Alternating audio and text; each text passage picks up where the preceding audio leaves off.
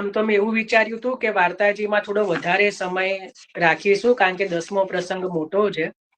પણ આપણું વિચારેલું કઈ ના થાય, પ્રભુ જ કરાવે. તો વાર્તા પ્રસંગ 10 આમ જોવા જઈએ તો છેલ્લો પ્રસંગ છે શ્રી દમલાજીના વાર્તાજીનો. તો 10મા પ્રસંગમાં એ રીતે આવે છે कि एक समय श्री आचार्य जी सुंदर शिला के पास जाको पूजनी शिला कहे है, तहाँ छोकर के नीचे श्री आचार्य जी की बैठक है, तहाँ दामोदर दास जी की गोद में मस्तक धरी आप पौड़े है. विचार तो करो केवो समय हશે. श्री महाप्रभुजी श्री दमलाजीના ગોદીમાં જે છે મસ્તક રાખીને આપ પોઢ્યા છે. આપણે ત્યાં હરિરાયજીનું એક પદ છે મલ્હાર રાગમાં કે પોઢે દેખ શ્રી વલ્લભ રૂપ છટા, દેખ શ્રી વલ્લભ રૂપ છટા. એમાં જે છે કે ભાઈ દમલાજીના ત્યાં ગોદીમાં મસ્તક રાખીને આપ પોઢ્યા. હરિરાયજીનું પદ છે, મલ્હાર રાગનું છે. તા સમય श्री गोवर्धन नाथ जी मंदिर ते श्री आचार्य जी के पास पधारे, तब दामोदर दास ने सैन ही में श्री गोवर्धन नाथ जी सो कहो, जो तुम अब ही यहाँ मत आओ. विचार करो આપણે હોઈએ તો શું કરીએ. સાક્ષાત શ્રી ગોવર્ધનધર કોટી કંદર્પ લાવણ્ય સાક્ષાત પધાર્યા ગિરિરાજજી ઉપરથી પધાર્યા અને શ્રી દમલાજીએ મના કરી દીધી કે મત પધારો. વિચાર તો કરો આપણે હોઈએ તો સીધા દોટ મૂકીએ પ્રભુના ચરણારવિંદ પકડવા, કે એમાં કઈ ખોટું નથી, પણ દમલાજીનો ભાવ જુઓ, હાથથી રોક્યા, એસે રોક દીએ કે યહાં મતી આવો. સૈનમી હે, સૈન કર્યો પાછું. પિયસંગ રંગ ભર કરી કલોલે, સબન કો સુખ દેન પિયસો કરે સૈન, ચિત્તમે તબ પરે ચૈન જબ હી બોલે. ત્યાં પણ સૈન શબ્દ છે યમુનાજીના પદમાં. तब दामोदर दास ने सैन ही में श्री गोवर्धन नाथ जी सो कहो कि तुम अब ही यहाँ मत आओ, અત્યારે અહીંયા ના આવશો. तुम चंचल हो, ताते आचार्य जी जाग उठेंगे. તમે આપ છો બહુ ચંચલ છો, આપના ચરણારવિંદમાં નુપુર છે, આપના હાથમાં કંકણ છે, આપના જે બધા માલાજીઓનો જે છે એ સ્વર થઈ રહ્યો છે, તો એનાથી મહાપ્રભુજી જાગી જશે. જો એક શબ્દ છે રણકાર, બરાબર, એક શબ્દ છે રણકાર અને બીજો છે ટંકાર. એક શબ્દ છે રણકાર અને બીજો છે ટંકાર. કોઈને ખબર છે આનો ભેદ શું? બંનેનો અર્થ થાય વાગવું, મતલબ સ્વર નીકળવો, બરાબર. પણ રણકાર શબ્દ ક્યારે વપરાય ને ટંકાર શબ્દ ક્યારે વપરાય? બંને સમાનાર્થી શબ્દ છે, એક જ અર્થ થાય, બંનેનો એક જ મીનિંગ છે. છતાં પણ શબ્દ ક્યારે વપરાય એનું પણ આખું આ એક અલગ આખું છે. હા બોલો હંસાબેન. જય શ્રી કૃષ્ણ. આપણે માટલું હોય ને માટીનું, એના ઉપર જે અવાજ આપીએ ને એ રણકાર, અને બીજો શું કયો શબ્દ કીધો? ટંકાર. ટંકાર. ટંકાર એટલે ઘંટ નો જે અવાજ થાય એ માનો કે છૂટી પડે ને જે ડંકા પડે કે કોઈના ચરણમાં ઝાંઝર જ છે, પણ ઝાંઝર થી રણકાર ક્યારે થાય ને ટંકાર ક્યારે થાય? ટંકાર ને ટંકાર યોગેશ જો એવું કઈ નથી કે મેં કોઈ સંસ્કૃત છે કે જો આપણું આ આપણા ભાષાનો વૈભવ છે. હા બરાબર છે. વાંધો નહીં. યોગેશભાઈ.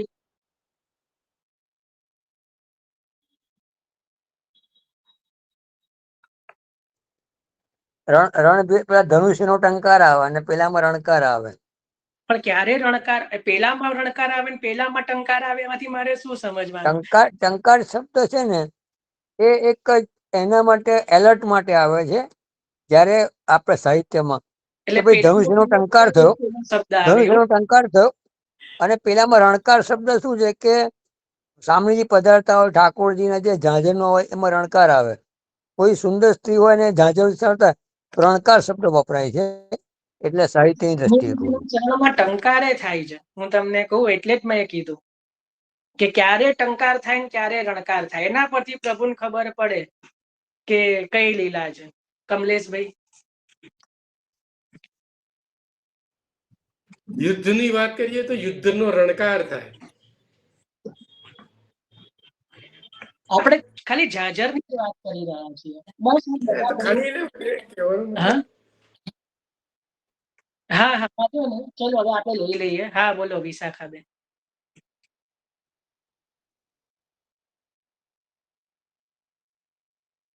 બહુ સુંદર. પણ ગુસ્સો શબ્દ ના વપરાય. એવું કહેવાય કે હોય માનમાં ક્રોધમાં કુપિત થઈને પધારતા. ટંકારથી ટકોરા શબ્દ આવ્યો છે. ટકોરા થયા એટલે ઠાકોરજી પધારવું પડે. ટકોરા શબ્દ ટંકાર શબ્દથી આવ્યો છે. સુંદર. અને એટલે ટકોરા કર્યા એટલે એક જાતનું એલર્ટનેસ થઈ કે પ્રભુને બિરાજવું પડે. એના પછી ટકોરા કર્યા એટલે ટંકાર આવ્યો. બહુ સુંદર. ટકોરાથી ટંકાર થાય અને એનાથી એલર્ટનેસ આવે કે હવે સાવધાની રાખવાની છે. સાવધાન સાવધાન જે કહીએ ને, તો એ રીતે રણકાર એટલે હવે જો આપણે લઈએ જ્યાં પ્રેમથી નિર્મળતાથી સહજ રીતે જ્યાં પધારતા હોય કોઈ પણ, તો એના ચરણારવિંદમાં જાજરો ત્યાં રણકાર થાય. અને જ્યાં કુપિત થઈને પગ પછાડીને ચરણ પછાડીને જો કદાચ પધારે તો ત્યાં ટંકાર થાય. બરાબર. તો એ અહીંયા ભાવ છે. તો હવે અહીંયા આપણે પાછા આવી જઈએ વાર્તાજીમાં, નહીં તો પાછું બહુ મોડું થઈ જશે. તો કીધું કે આચાર્યજી જાગ ઉઠેંગે, કારણ કે આપના ચરણારવિંદમાં જે છે ઝાંઝર આદિનો અવાજ છે, કંકણ આદિનો છે, જે આપના આભૂષણો છે, એ બધાના અવાજથી શ્રી આચાર્યજી જાગી જશે, ઉઠી જશે. તબ શ્રી ગોવર્ધનનાથજી ઠાડે હોય રહે. જુઓ, હવે ગોવર્ધનનાથજી ઠાડે હોય રહે એટલે શ્રીનાથજી ઠાડા રહ્યા. બરાબર. આનો અર્થ કોઈને સમજ પડી? ઠાડા રહ્યા તો ઠાડા રહ્યા. અત્યારે ઠાડા જ છે ને ઘણા, એવું કે એમાં શું મોટી વાત. બહુ ગહન વાત કીધી હો. અહીંયા એક લાઈન કરવાની કે તબ શ્રી ગોવર્ધનનાથજી ઠાડે હોય રહે. જો કે આમાં હરિરાયજીનો કોઈ ભાવ પ્રકાશ આમાં નથી, પણ ભગવદીઓએ જે કીધું ને એ હું તમને હવે કહીશ. કોઈને ભાવ આવે છે ફટાફટ કહેજો કે ગોવર્ધનનાથજી ઠાડે હોય રહે એટલે શું?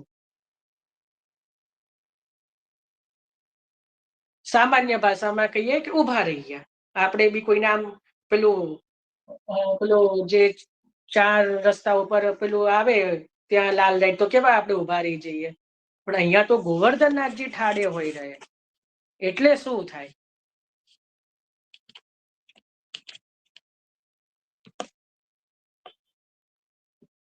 સારું, ચલો સમય નથી. કોઈ વૈષ્ણવને છે કઈ ભાવ? કારણ કે મને અત્યારે હેન્ડ નથી દેખાઈ રહ્યા. સારું, जय श्री कृष्ण। જય શ્રી કૃષ્ણ. महाप्रभु जी स्वामिनी जी स्वरूप है, इसलिए गोवर्धननाथ जी ठाड़े रहे। ठाड़े रहे मतलब क्या, वो मैं कह रहा हूँ. ठाड़े रहे मतलब रुके रहे वहीं पर। तो रुके रहे तो क्या हुआ, मतलब क्या हो सकता है अगर गोवर्धननाथ जी रुक जाए तो? થોડું ચિંતનની જરૂર છે. બોલો વિશાખાબેન. ઉભા રહી ગયા. હા, એ જ કહું છું. વાંધો નહીં, ચલો હવે લઈ લઈએ, સમય નથી લેતા આપણે. ગોવર્ધનનાથજી ઠાડે હોય રહે એનો અર્થ થાય પુષ્ટિ લીલા સ્થિર થઈ ગઈ. શું થયું? જે પ્રભુની લીલા ત્યાં સ્થિર થઈ ગઈ એટલે તો આચાર્યજી જાગી ગયા. જે નિરંતર ભગવદ લીલા ચાલવી જોઈએ, કેવલ ને કેવલ દમલાજીના એક ઈશારાથી પુષ્ટિ લીલા સ્થિર થઈ ગઈ. વિચારો કેટલો મોટો ભાવ છે. પુષ્ટિ લીલાને કોઈ સ્થિર કરી શકે? પુષ્ટિ લીલા ક્યારેય સ્થિર ન થાય. કોઈ અટકી જાય, પુષ્ટિ લીલા કોઈ દિવસ અટકી જાય? આપણે તો અટકી જાય લૌકિકમાં સમજ પડે એટલે કહી રહ્યો છું. બાકી અટકી જાય શબ્દ ખોટો, એટલે લૌકિક શબ્દ કહેવાય. સ્થિર થઈ ગઈ. ગોવર્ધનનાથજીના તો અંગે અંગમાં લીલાઓ છે. બરાબર. શ્રી ગોવર્ધનનાથજી છે, શ્રી આચાર્યજીના તો અંગ અંગમાં નિકુંજ લીલા છે. તો પ્રતિક્ષણ નિકુંજસ્થ લીલા રસ સુપૂરિત, જ્યાં શ્રી મહાપ્રભુજી પ્રત્યેક ક્ષણે નિકુંજ આદિના રસનો અનુભવ કરી રહ્યા છે. શ્રી દમલાજીએ જ્યાં શયન કર્યો, શ્રી ગોવર્ધનનાથજી ઠાડા રહ્યા એટલે ત્યાં લીલા સ્થિર થઈ ગઈ. વિચાર કરો. બહુ હું વર્ણન નહીં કરી શકું. અવર્ણનીય વસ્તુ. જ્યાં જેને જે રીતે સમજ પડે યથાધિકાર, તો ત્યાં જે છે એ પુષ્ટિ લીલા સ્થિર થઈ ગઈ. એટલે તબ શ્રી આચાર્યજી જાગ ઉઠે. જો શબ્દ તમે સાંભળો, શબ્દ વાંચો, જાગી ઉઠે. જાગી એકદમ અચાનક ચોંકીને જાગી ગયા, એકદમ અચાનક જાગી ગયા. આપણે ભર ઊંઘમાં હોઈએ, ભર નિંદ્રામાં હોઈએ તો અચાનક ક્યારે જાગીએ કે આપણને તો કોઈ એવું સ્વપ્ન એવું આવે કે કદાચ કઈ આપણી જોડે થાય. મહાપ્રભુજી અચાનક ક્યારે જાગે કે જ્યાં પુષ્ટિ લીલા અચાનક સ્થિર થઈ, જે ચોંકીને ઉઠ્યા કે કેમ લીલા સ્થિર થઈ. તો તબ શ્રી આચાર્યજી જાગ ઉઠે, કહે બાબા ઉહા ક્યો ઠાડે હોય રહ્યો, કેમ આ પ્રભુ ત્યાં સ્થિર થઈ ગયા છો, પાસ પધારો, અહીંયા નજીક પધારો. તબ શ્રી ગોવર્ધનધર પાસ આય શ્રી આચાર્યજી સો કહે, જો તિહારે સેવક ને મૂકું બરજ્યો. જો આપના સેવક શ્રી દમલાજીએ જે છે તિહારે સેવક, જુઓ અહીંયા એવું કે દમલાજીને મૂકું બરજ્યો. અહીંયા તમને સમજ પડી વૈષ્ણવ? બે આવા સમય બહુ થઈ ગયો છે, બાકી આમાં ચિંતન બહુ કરવા જેવું છે. તિહારે સેવક શબ્દ કેમ વાપર્યો શ્રીનાથજીએ? હા, અત્યારે લેવું છે કે કાલે લેવું છે? મને તો વાંધો નથી, કારણ કે સમય થોડો બહુ આગળ જતો રહ્યો છે. અત્યારે જ. હા, જો તિહારે સેવક શબ્દ કેમ વાપર્યો હશે? શું નામ નથી ખબર શ્રીનાથજીને કે આમનું નામ શ્રી દમલાજી છે? તો એવું બી કહી શકત ને કે દમલાજીને મોકો બરજ્યો. શું સીધું તિહારે સેવકને મોકો બરજ્યો?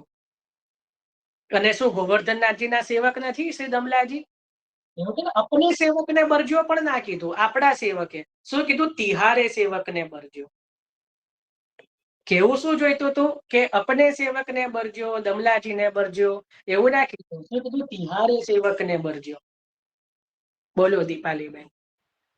કદાચ એવું હોઈ શકે કે મહાપ્રભુજીના સેવકનું મહત્તા બતાવવા માટે શ્રી ગોવર્ધનનાથે કીધું કે આપના દ્વારા અંગીકાર કરેલા જે જીવ છે એમનું આ સામર્થ્ય છે. વાત થઈ રહી છે બધાની નહીં, જનરલ. હા, એટલે દમલાજીને એટલે એમનામાં એ સામર્થ્ય છે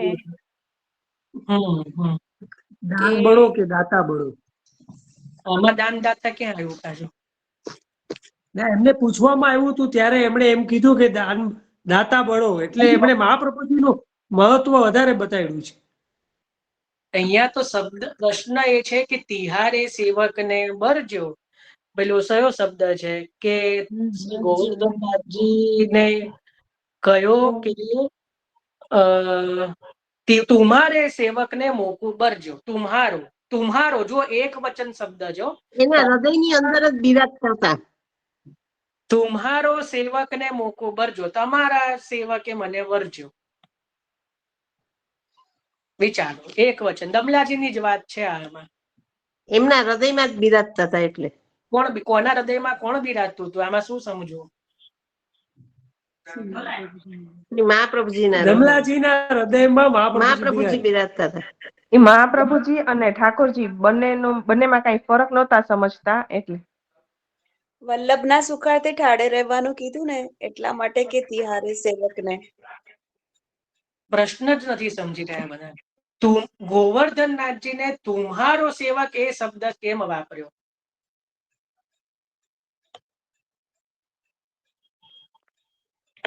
મહાપ્રભુજીના સુખ માટે એમને થાળા રહેવાનું કહ્યું ને, એટલે. અચ્છા, એવું આવે જયભાઈ કે દમલાજીમાં અનન્ય આસક્તિ હતી મહાપ્રભુજીની, એટલે કીધું તું મારો સેવક. એવું આપણે માનીએ છીએ. આપણે જો ભાવ પ્રકાશમાં લલતાજીનું સ્વરૂપ છે ને, સ્વામીજી સ્વરૂપ છે, એટલે એમનામાંથી જ પ્રાગટ્ય છે. સ્વામીજીનું સ્વરૂપ મહાપ્રભુજી ને લલતાજીનું સ્વરૂપ છે, એટલે એમનું તિહારો સેવક. તો શ્રીનાથજી માંથી નથી, સ્વામીજીનું પ્રાગટ્ય છે કોનામાંથી છે?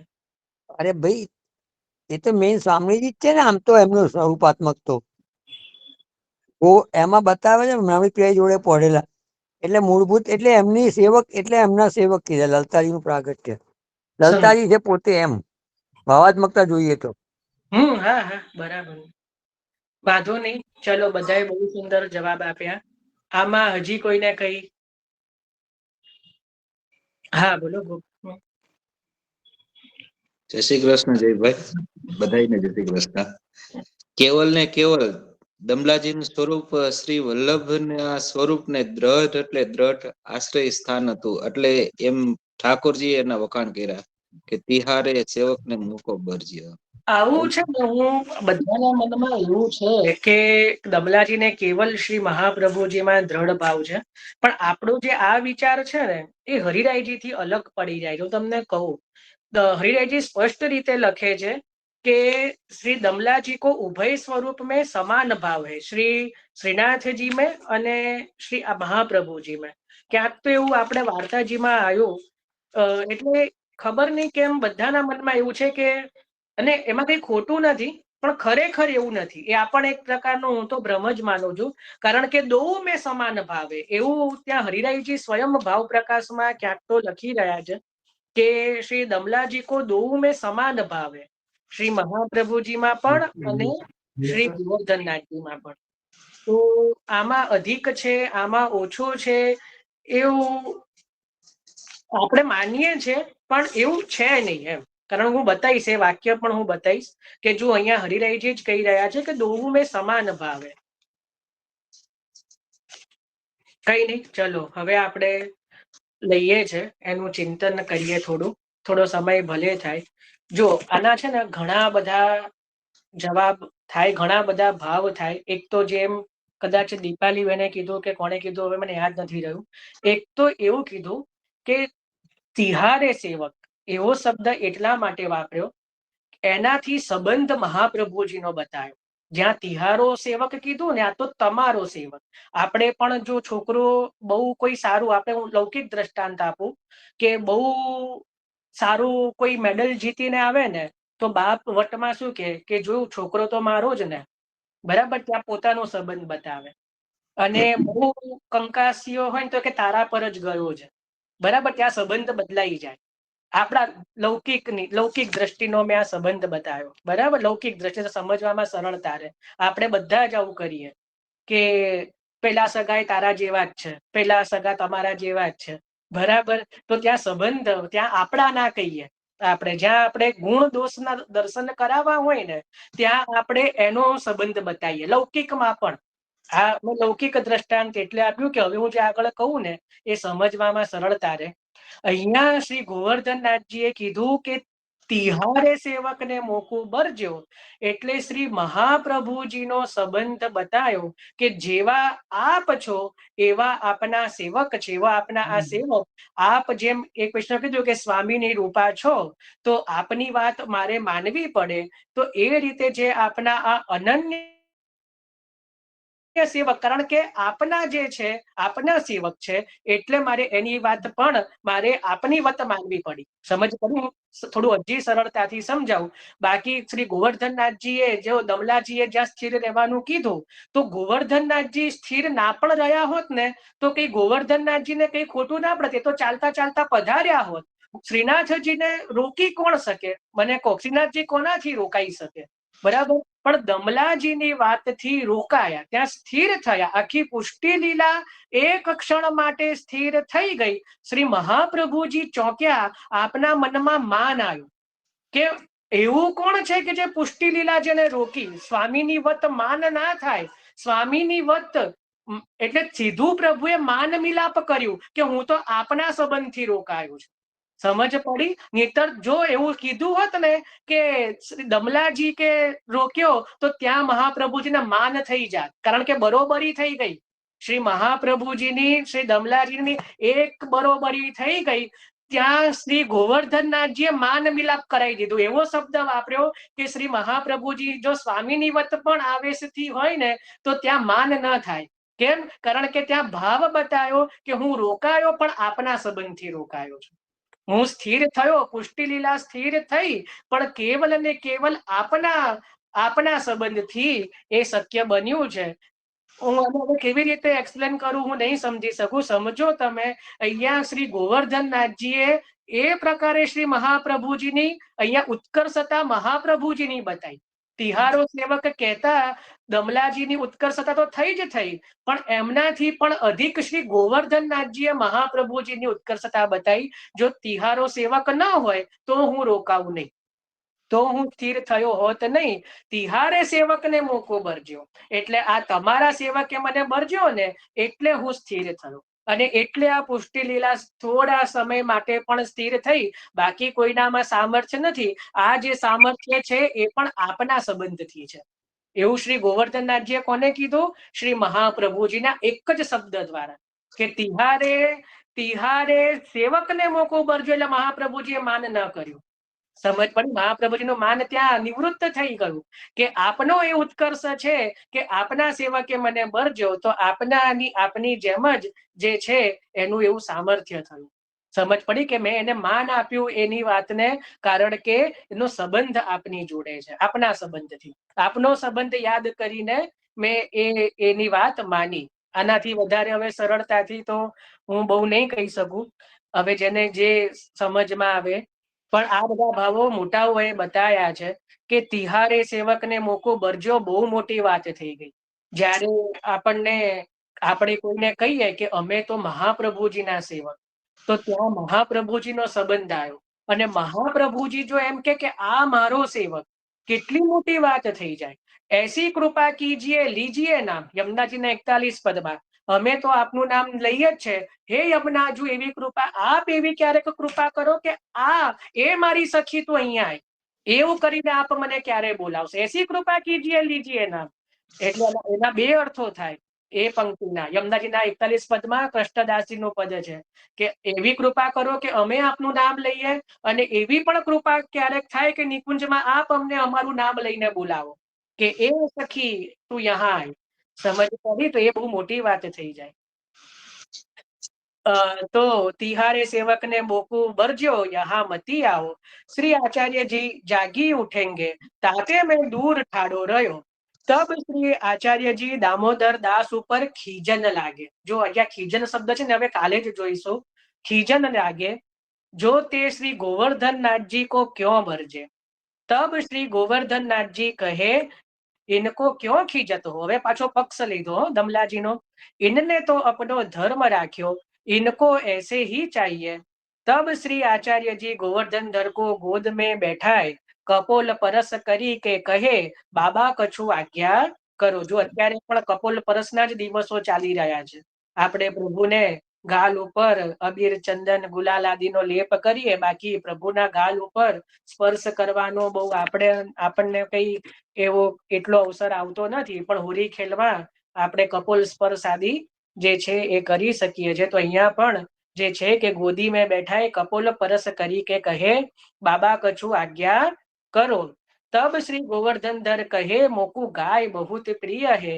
तब श्री आचार्य जी सदु पांडे को बुलाए, वेद कर्म करवे की पवित्री हती, सो दे के कहे કે યાકે દામ કરી શ્રી ગોवर्धननाथजी को गाय लाए देવું. તો આ રીતે અહીંયા વાર્તા પ્રસંગ 10 જે છે એ વિરામ થયો. હજી આપણે આ વાર્તા પ્રસંગને થોડું આજે ગાય વાળો જે પ્રસંગ છે અને જે છે બીજો પણ ભાવ એનું ચિંતન શું ખીજે વાળું, હા, એનું પણ ચિંતન આવશે. અને હજી એક ભાવ જે છે કે 10 વાર્તા પ્રસંગ જ કેમ છે શ્રી દમલાજીના વાર્તાજીમાં, કેમ 9 નહીં, 8 નહીં, 7 નહીં, 11 નહીં, 12 નહીં. તો એનું પણ એક ભાવાત્મક ભાવ છે જે ભગવદીઓએ બતાવ્યા છે. એ પ્રમાણે આપણે એનું પણ ચિંતન કરવાનું છે. અને જે ખીજે છે, રીજે છે, એ બધા પણ જે શબ્દો છે અમુક, એનું પણ ચિંતન કરીશું. અને હજી આપણે શ્રી દમલાજીના વાર્તાજીના અમુક જે ભાવો છે એનું પણ ધીરે ધીરે હજી ચિંતન કરીશું. એટલે અહીંયા વાર્તાજી કઈ વિરામ નથી થઈ જતા. પ્રસંગ જરૂરથી 10 વિરામ થયા છે, પણ આપણે હજી થોડી સ્વતંત્ર ભાવના રૂપે શ્રી દમલાજીના વાર્તાજીનું હજુ પણ ચિંતન કરતા રહીશું. તો આજે આપણે અહીંયા સુધી રાખીએ છીએ આજે. અને હવે આશ્રયનું પદ લઈએ.